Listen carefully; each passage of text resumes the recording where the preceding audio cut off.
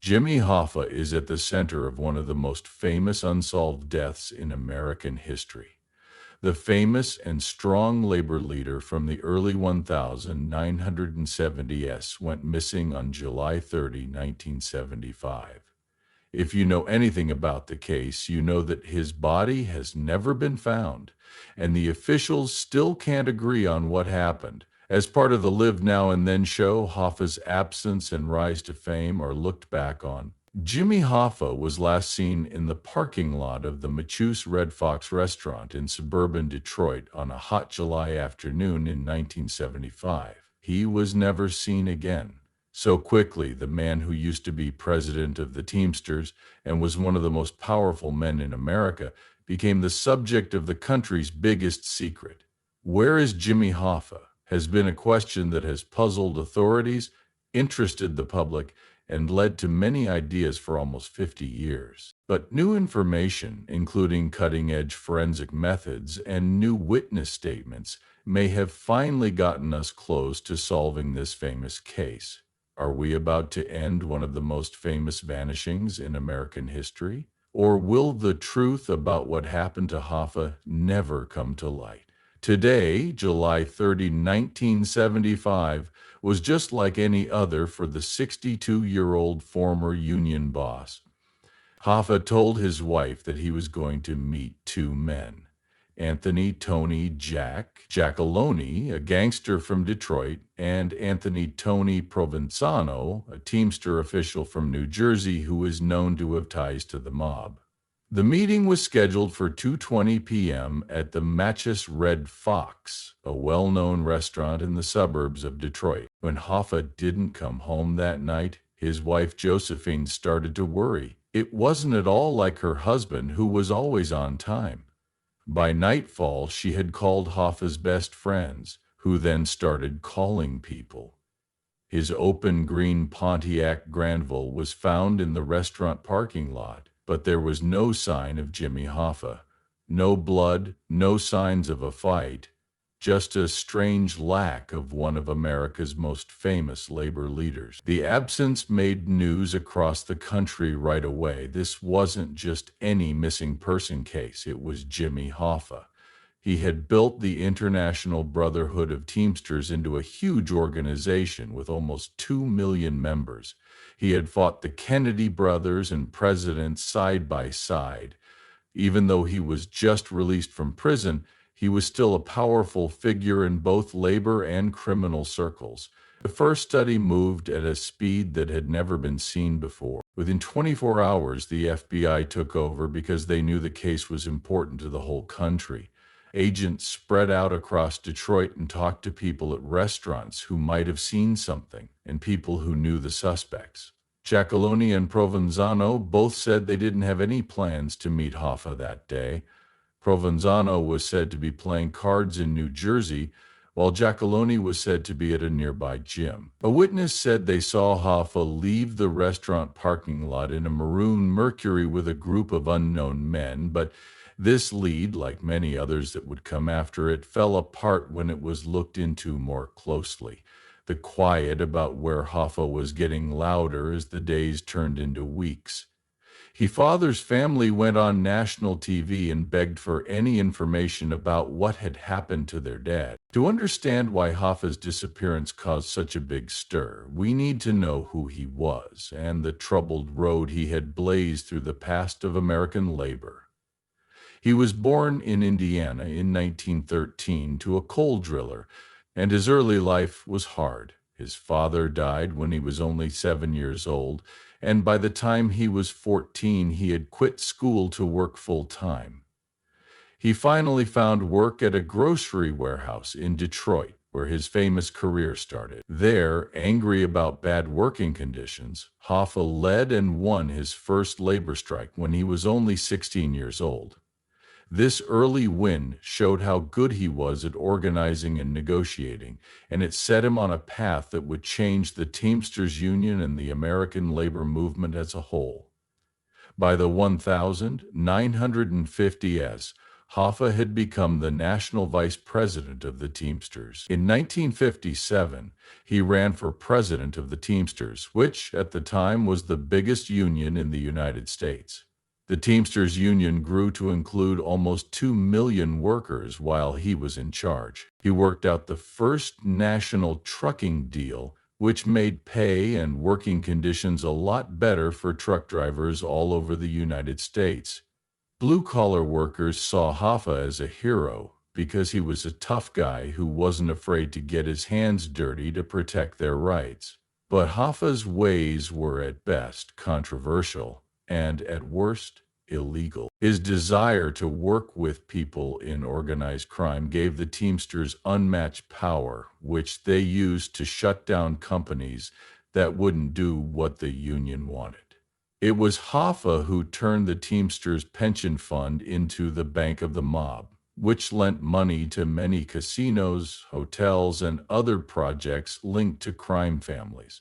Because of this bad relationship, Hoffa was a top target for Robert Kennedy. As chief counsel to the Senate Labor Rackets Committee and later as Attorney General, Kennedy made it his personal goal to get rid of the Teamsters president.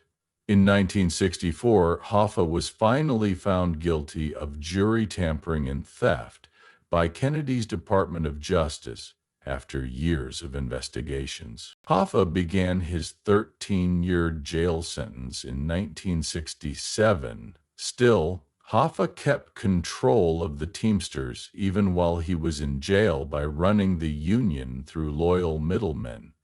In 1971, President Richard Nixon reduced Hoffa's term, but with an odd condition. He couldn't work for a union again until 1980. This limit made the former leader very angry, and he started working right away to get back control of the Teamsters, which he loved. He did this by challenging the leadership of Frank Fitzsimmons, who had been his protege and replacement. The original investigation in dead ends, the FBI's search for Hoffa quickly grew into one of the biggest investigations in the agency's history. Reports, interviews, and leads finally filled more than 200 books. The first investigation was led by Special Agent Robert Garrett, who worked with a group of agents who knew how politically sensitive the case was. FBI Director Clarence Kelly personally cared about the search for America's missing labor leader and got updates on it every day. From the start, detectives were interested in Hoffa's complicated ties to organized crime. The working idea was simple. Hoffa's efforts to take back control of the Teamsters put the mob's good relationship with Frank Fitzsimmons at risk. Fitzsimmons, unlike Hoffa, made it easy for crime families to get money from the union's huge pension fund and didn't require much control. It was worth dying to protect this connection. Anthony "Tony" Giacalone, a Detroit mob enforcer who is said to have set up the meeting, Anthony "Tony" Provenzano, a New Jersey Teamster official and member of the Genovese crime family who was said to have a grudge against Hoffa over a prison dispute, and Salvatore "Sally" Bugs Buglio, one of Provenzano's enforcers. All three men gave plausible explanations that were unclear but hard to prove false. Investigators also focused on Charles "Chucky" O'Brien, who was Hoffa's foster son and protege. It was unclear where he was on the day of the missing. A witness said that O'Brien was in a car that looked a lot like the one that Hoffa was last seen getting into. When checked, the car, which belonged to the son of a Detroit mobster, had Hoffa's hair and smell on it, which police dogs could recognize. But since there was no body or crime scene, these links were still just that, circumstantial. The study took place in more than one state. Agents drained lakes, dug up fields, and even dug up a swimming pool at a house in Michigan. According to an idea that wouldn't go away, Hoffa's body was quickly burned to get rid of any proof. This led investigators to look at trash dumps and incinerators in the Detroit area. By 1976, agents who were getting upset started looking into stranger options. Based on a tip, the FBI even looked into the idea that Hoffa's body might have been buried in the concrete base of New York's Giant Stadium while it was being built. This idea would go on to become one of the most popular urban tales about the case. Later, ground-penetrating radar tests showed that it wasn't true, but as the months turned into years, the study lost steam. Key witnesses either didn't say anything or said things that were at odds with each other. It was impossible for authorities to charge anyone with murder without a body. The Hoffa family paid for private investigations, put up prizes, and made public pleas, but nothing worked. Popular ideas and societal effects. The absence of Jimmy Hoffa is one of the most famous missing persons cases in U.S. history. The mystery went beyond the crime and became a dark cultural icon. It is one of America's most famous unsolved mysteries and a shorthand for the shadow reach of organized crime.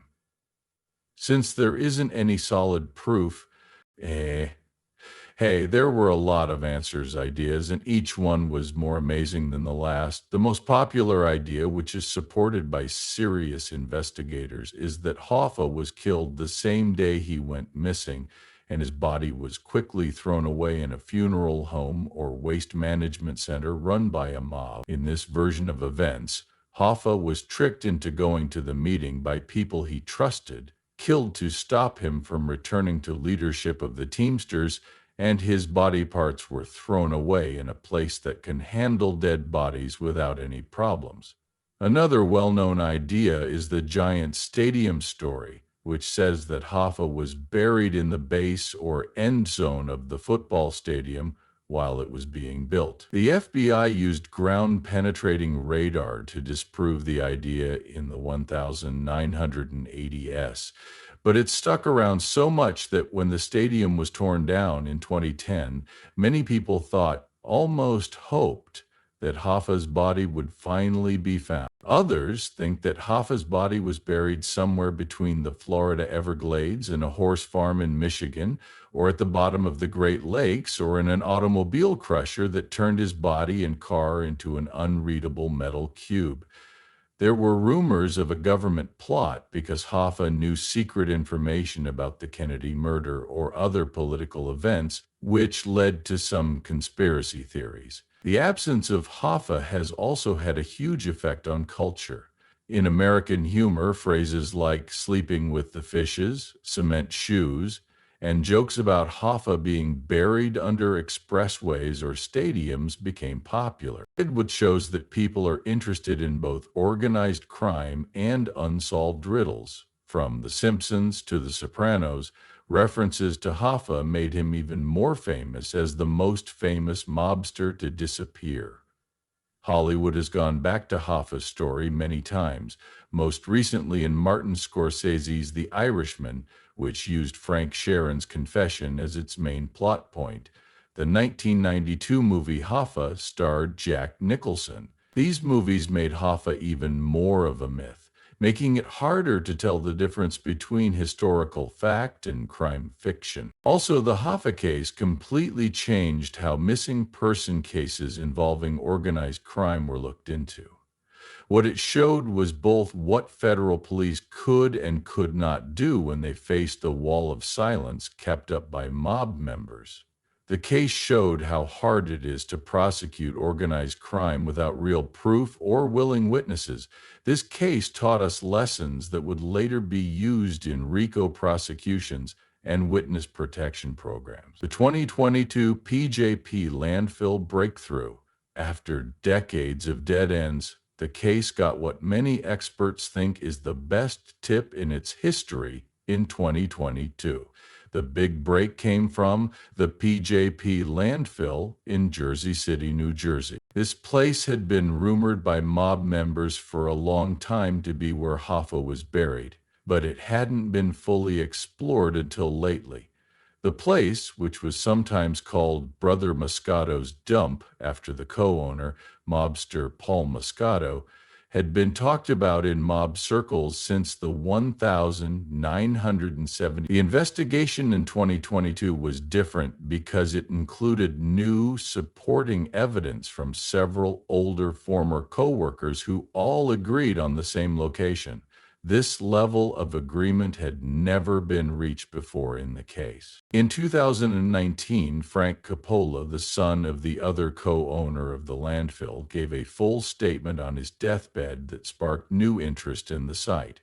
Coppola says that his father was told to hide Hoffa's body, which had been brought from Detroit in a 55-gallon drum, under the trash and dirt in the dump. The precision of Coppola's claims was what made his statement so powerful. He gave an exact spot and explained a strange way to bury someone by putting a metal drum inside a bigger container. Coppola said, "My father told me I couldn't even look at him because they beat him so badly." He also said that within 48 hours of Hoffa's disappearance, mob members had told his father to hide the barrel. The time fit exactly with what was known about what happened in Detroit. Together with a group of forensic experts, the FBI started using ground-penetrating radar to look over the place Coppola had mentioned before he died in 2020. This began in 2022. The dump, which was under a major service road close to the Pulaski Skyway, caused a lot of problems. The scenery had been changed by decades of environmental cleanup, and the site had dangerous materials that needed to be handled in a certain way. Investigators were interested in the dump because it had been run by the Genovese crime family, which included Anthony Provenzano. The idea made sense from a practical point of view. Hoffa could have been killed in Michigan, sent to New Jersey, which would take less than 24 hours by truck, and then buried somewhere that wouldn't cause people to wonder about the strange burial practices. Some parts of Coppola's story were backed up by environmental facts. Records showed that the part of the landfill he pointed out was actively taking in trash in July 1975, which made it a perfect place to dump trash. Also, records showed that Paul Moscato did business with cleaning companies in the Detroit area that were connected to organized crime figures, even though he mostly worked in New Jersey. The study in 2022 used tests that can identify human remains decades after they have been buried that had not been used in earlier searches to find signs of human decomposition. The FBI stayed quiet about the investigation, as they usually do, but people who know about it said the evidence from the PJP landfill was the most hopeful tip in decades. The 2022 investigation was different from others because it used scientific methods to test a location that fit perfectly with the known timeline and organized crime links of the case. Previous investigations were based on tips from a single source or general guesswork. Before the PJP dump study gave people new hope that the case could be solved, another important lead came from somewhere unexpected. Anthony "Tony" Zerilli, who was once the boss of Detroit's organized crime family and one of the highest-ranking mobsters to speak out about Hoffa's disappearance, did so in 2013. He was 85 years old, had money problems, and didn't have much time left. Zerilli made a shocking claim. He knew where Jimmy Hoffa was buried. Zerilli says that Hoffa was taken to a house in northern Oakland County, Michigan. This house is about 20 miles away from the restaurant Machus Red Fox, where he was last seen. The empty 75-acre piece of land had belonged to the cousin of mob boss Jack Tocco. The plan was to take him to the property, Zerilli told reporters, and they buried him alive. Zerilli said that wasn't meant to happen. Hoffa was supposed to be briefly held at the property while mob leaders chose what to do with him. However, the plan went wrong when the guards who were watching him got scared and buried him in a shallow grave with a concrete slab on top of him. The fact that Zerilli was high up in the Detroit mob at the time of Hoffa's disappearance made his claims even more believable. major tasks would have been shared with Zerilli. Though he was actually in prison when Hoffa vanished, they couldn't have moved a finger without Tony Zerilli knowing about it, said former U.S. Keith Corbett was a lawyer who had been going after organized crime in Detroit for decades. Zerilli's reasons for coming forward were still not completely clear. He said he wanted to give Hoffa's family peace before he died, but doubters pointed out that he was also pushing a book about his time in the mob. In spite of this, the FBI took his information seriously enough to check the Oakland Township property carefully in June 2013. Federal officials and forensic scientists carefully dug up the spot where Zerilli said Hoffa was buried for several days. A lot of media attention was paid to the search. Helicopters flew over and dozens of reporters set up shop along the country road that led to the property. Even so, even after a lot of work that cost hundreds of thousands of dollars, no bodies were found. The failed search led by Zerilli dashed hopes, but it didn't completely discredit what he said. Some agents thought that the bodies might have been moved since 1975, or that Zerilli might have picked the wrong part of the large land because he was in jail and only had information from other people. What was still important about Zerilli's evidence was how clearly he linked certain Detroit mob figures to the murder, especially Jack Tacco and his brother Anthony. These people had been suspected for a long time, but no one of Zerilli's status had directly accused them.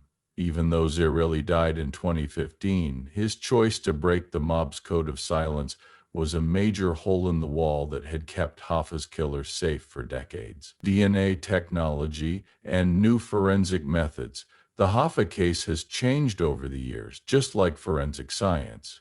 Each new technological advance has given us new hope for solving the decades-old riddle. When Hoffa went missing in 1975, criminal investigations didn't use DNA tests. Fingerprint analysis was mostly done by hand, and computer systems were just getting started.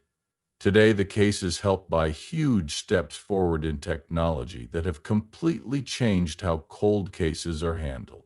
Modern DNA testing has changed the way the Hoffa case is being investigated. Unlike older methods that need a lot of organic material, new methods can find DNA in tiny samples and remains that have been broken down very badly. Touch DNA research might be able to find genetic material from as little as skin cells left on something Hoffa touched on his last day, like the car he was last seen getting into or restaurant items. In the past few years, detectives have quietly taken DNA samples from members of the Hoffa family in order to make a full genetic picture. This referenced DNA makes it easy to identify remains quickly if they are ever found. It also allows DNA matches between family members, so even small amounts of genetic material from broken down remains could be linked to Hoffa through his living cousins.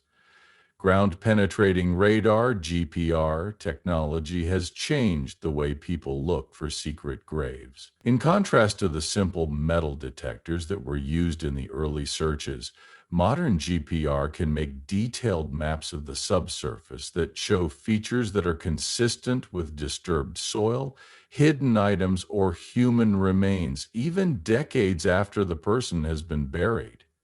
Advanced GPR systems were used to look into the PJP landfill in 2022.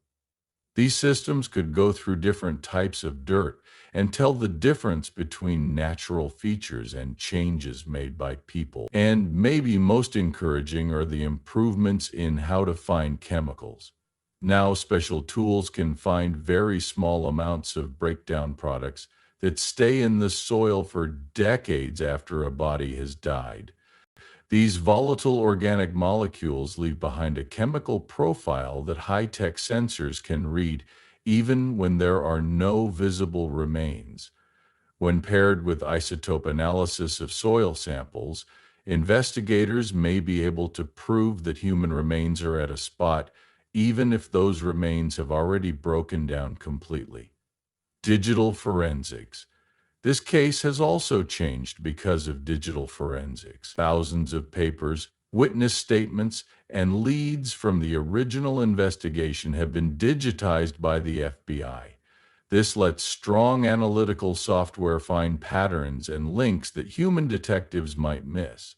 Now, computer programs with artificial intelligence can look through this huge database and find problems with witness accounts or come up with new ways to investigate based on links that were missed before. New developments in behavioral research have also helped the Hoffa probe. Modern criminal profiling methods have been used by the FBI's Behavioral Analysis Unit to look into this case. They have made detailed psychological profiles of key suspects and witnesses that help put their actions and comments in context. This method has helped agents figure out how reliable recent pleas and statements from older friends are. Society has changed, and so has the mob's code of silence. These science breakthroughs have happened at the same time as a change in the code of silence among organized crime members. As the people who took part in mob actions in the 1970s get older and die, the usual omerta has become less strong. Now that family members of dead mob figures don't have to worry about getting in trouble, they are more ready to share knowledge about what happened to Hoffa. Along with new forensic methods, this change in society has made the investigation setting the most hopeful it has been since the case started. The Detroit house excavation in 2013. While the search led by Zarrilli was getting a lot of attention, a much less known but just as interesting study was going on at a simple house on Florida Street in the northwest side of Detroit. This search started with something completely different: a man's statement on his deathbed. The man had no known ties to the mob, but his story was so interesting that it caught the attention of detectives. It was Donovan Wells's last words that led to the tip. Wells had lived at that home before he died in 2004. Wells told the FBI that the day after Hoffa went missing, he saw strange things going on at the house. Wells says that several men spent hours in the garage and driveway before leaving. Soon after, the driveway was redone for no apparent reason. Wells's information was especially interesting because the house had belonged to a man who was linked to both Teamsters and Detroit's organized crime scene. It was found only 18 miles from where Hoffa was last seen, which is close enough for a quick dumping, but far enough to keep cops from finding it right away. In July 2013, forensic teams showed up at the unassuming house, which surprised the present owner, who had nothing to do with what happened in 1975. Ground-penetrating radar was used to look at the home's base and the ground under the garage. Concrete in the driveway was also taken away.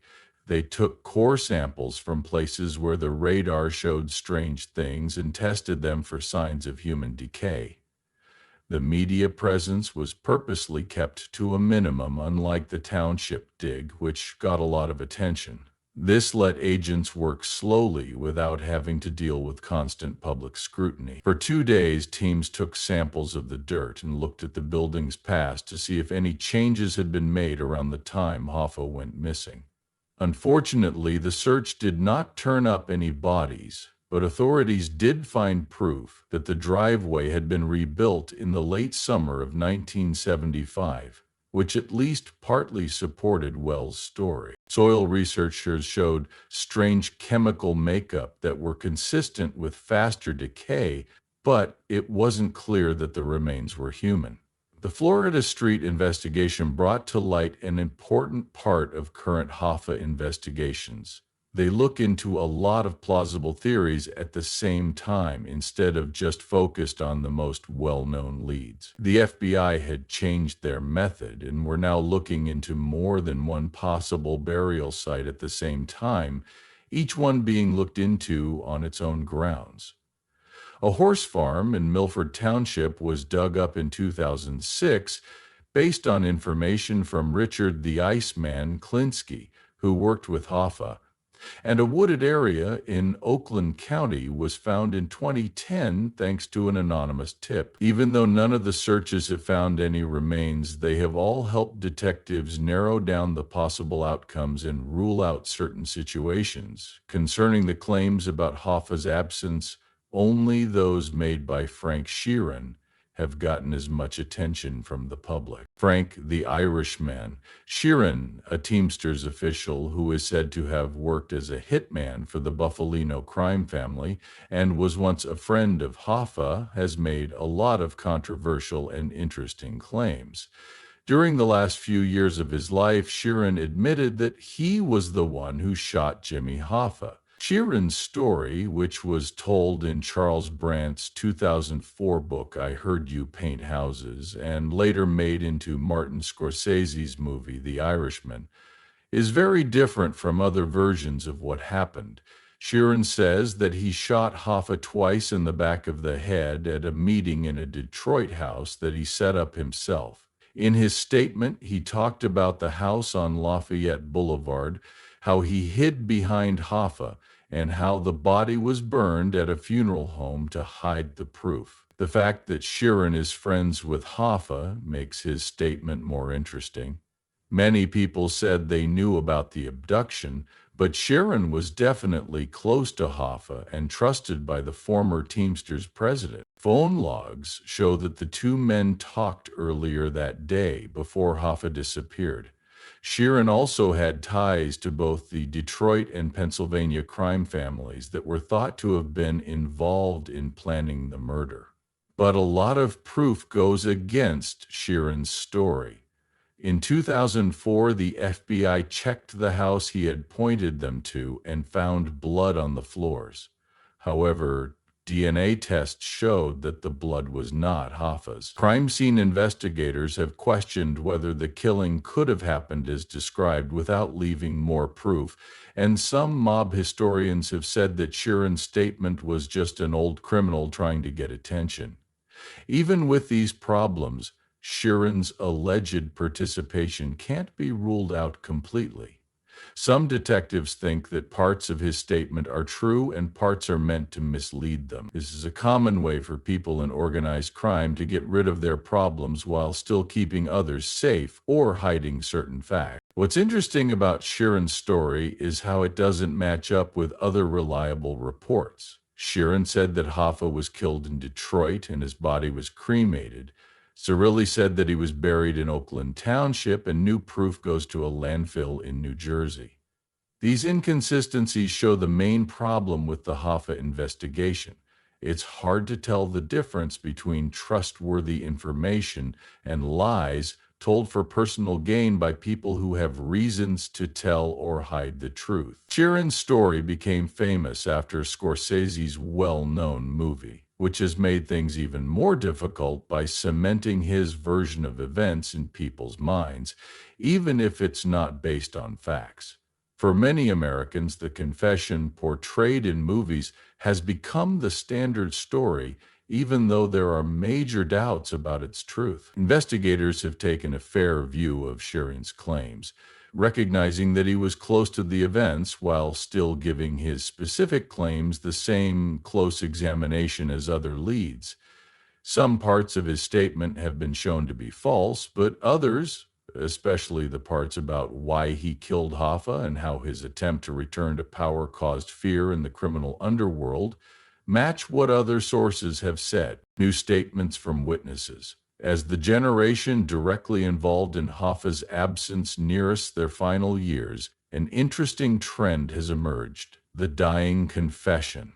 Since 2010, many older members of organized crime, Teamsters leaders, and other minor players have come forward with information they had kept hidden for decades. The investigation has gained new momentum thanks to these last-minute admissions, which have also raised difficult questions about motive and trustworthiness. Marvin Elkind, who used to work as a driver for Hoffa but later turned spy, gave an important statement. Elkind talked about what he heard at a Teamsters meeting in Detroit in 1975. He said that mob members were reportedly talking about killing Hoffa and getting rid of his body through a mob-controlled fat-rendering plant that would not leave any evidence. Even though Elkind wasn't personally involved in Hoffa's absence, his story fit with the long-held belief that Hoffa's body was burned instead of buried. In 2018, Philip Moscato Jr., son of the New Jersey dump owner who is connected to the PJP landfill idea, told his father that Salvatore Sally Bugs Briguglio was really the one who killed Hoffa. Moscato Jr. said that his father confirmed that Hoffa's body was first brought to New Jersey in a 55-gallon drum and then buried at the dump. This claim was very similar to what Frank Cappellet later said on his own. The stories from people on the edges who saw strange things happening but didn't know what they meant at the time are probably the most intriguing. In 2019, a former truck driver came forward and said that the day after Hoffa went missing, he saw a strange concrete pour in the middle of the night at a building site in Detroit. The job looked like it was done quickly and with a lot of extra protection. There had been reports for a long time that Hoffa was buried under a building project. Other recent reports have come from sources you might not expect. For example, the daughter of a deceased organized crime figure from Pennsylvania said that her father had admitted to helping with the logistics of transporting Hoffa's body. And a former bartender at a mob-connected establishment in Detroit heard people talking about Hoffa being taken care of hours before the public learned about his disappearance. The important thing about these new statements is that they all agree on a few key points. Several different sources now say that Hoffa's body is in New Jersey instead of Michigan. Several accounts agree that Provenzano's crew was involved in the real killing, and many of them also say that the goal was to stop Hoffa from returning to leadership of the Teamsters. For analyzing these late-breaking testimony, investigators have come up with complex rules. They look for details that weren't known to the public but can be checked, details that fit with existing proof of the timeline, and details that only the witness would have known. They also think about possible reasons like wanting fame, clearing their consciences, or making money through books or talks. Investigators feel a sense of urgency because the age of possible witnesses is making them more likely to die. With each passing year, more people who saw or knew what happened when Hoffa went missing will be dead, and their secrets will be lost. Because of this, people are following up on even partial information from older sources more quickly because they know that the window for personal stories is closing quickly. Why the case is still important? Jimmy Hoffa hasn't been seen or heard from in almost 50 years, so it makes sense to wonder why a lot of time and money are still being spent on solving this cold case. Since the main suspects have been dead for a long time and most of the crimes involved are no longer punishable by law, what is the point in finding out what happened to Hoffa? Part of the answer lies in the fact that the case is one of a kind because it involves American labor history, organized crime, and political power. Hoffa's absence wasn't just a murder. It was a violent clash of legal and illegitimate power that shaped much of America in the 20th century. If the case is solved, it will shed light not only on a single crime, but also on a time in American history when the lines between organized crime, business interests, political power, and union action were frighteningly blurry. For police, the Hoffa case is still the most famous unsolved disappearance in FBI history. It continues to test the FBI's research skills and is seen as a wound in its institutional past. If the case is solved, it will show that even the most carefully hidden crimes can be found with enough determination and better technology. In addition, the case is still useful for investigating organized crime today. The methods used to kill Hoffa and hide what happened to him set a standard that crime groups would follow for decades. To fully understand how Hoffa's absence was planned and kept secret, it is necessary to know how organized crime handles its most sensitive tasks. For the Hoffa family, the need for peace is very personal and never changes. Hoffa's daughter Barbara Kranzer and son James P. Hoffa, who became president of the Teamsters Union like their father, have never stopped looking for information about what happened to their father. Their insistence shows that people have a deep-seated need for closure and truth that goes beyond law issues or practical concerns. In addition to these specific groups, the Hoffa mystery lives on as an example of American folklore and our interest in unsolved riddles and the dark sides of power. Like the murder of John F. Kennedy or the search for the Zodiac Killer, the Hoffa case is an unfinished story that needs to be resolved.